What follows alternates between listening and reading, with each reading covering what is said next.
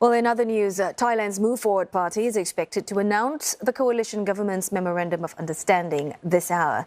Well, the document will detail the administration's policy objectives. Move Forward came up as a surprise winner of the kingdom's election, and the party is promising generational reforms to make a future drastically different from the military's governance. And for more, Saksit Sasombat joins us live now from Bangkok. Saksit, what exactly can we expect to see in the coalition's Memorandum of Understanding? We don't know exactly what the contents of this MOU, this Memorandum of Understanding, is in there yet, but we can expect some very ambitious goals. Basically, in fact, that we actually have an MOU amongst coalition parties is a new thing. Because back in the day, the political parties would would agree on a handshake and then pretend like nothing has happened if the things turn out to be very differently. But to have it in writing, to have a record of ambitions and goals that the parties are agreeing on is something very new. But that also means that there's also going to be a record that they're going to be measured by.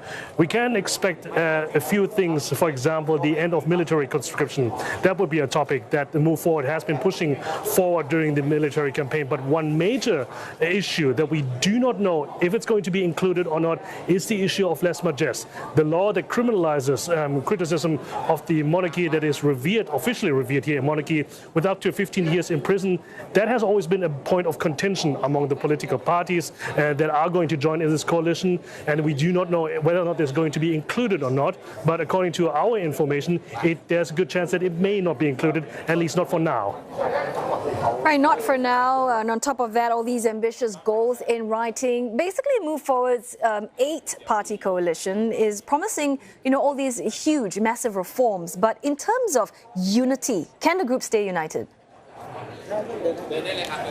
It can. I mean, there's a good chance that these parties can stay united because they have more things in common than that differs them, especially when you look across the aisle. The parties that have lost the election, that are likely going into opposition, there are much more differences there. Doesn't mean that there are friction points among the parties, for example, right here. For example, the Move Forward party is pushing forward with equal marriage act, with the liberalization of the alcohol market. So these are, for example, two topics that a party called the Prachachat, which is from the southern regions in Thailand, which are mostly Muslim-dominated, they might not agree on. So they need to find some common ground there.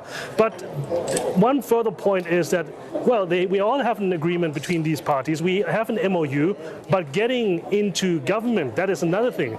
We have 313 MPs consisting of all these 8 parties banding together. That is definitely a clear majority in the House of Representatives of 500 seats. But the PM vote is a bicameral vote. So you have to get the senators that have been appointed by the previous military government on board. And that is not a sure thing. Yes, 2 dozens have voiced their support, but there's a whole lot more that have been very quiet. So we do not know yet whether they're going to be lending their support to him. And so that's why the confirmation of Pita Limjaroenrat, the leader of the Move Forward party, as the next leader of Thailand, that is not sure yet. But having said that, one more thing that I want to add here, the date and the time that they have chosen for this MOU signing is no coincidence, because to the date, to the time, it will be 9 years since the last military coup in 2014 has suspended democracy. That's a point where then Army Chief Prayut Chan-o-cha took over powers and became Prime Minister until then. So, of course, it's a very symbolic time that they picked this time and date to end that political chapter, and their state of intention is that they are going to end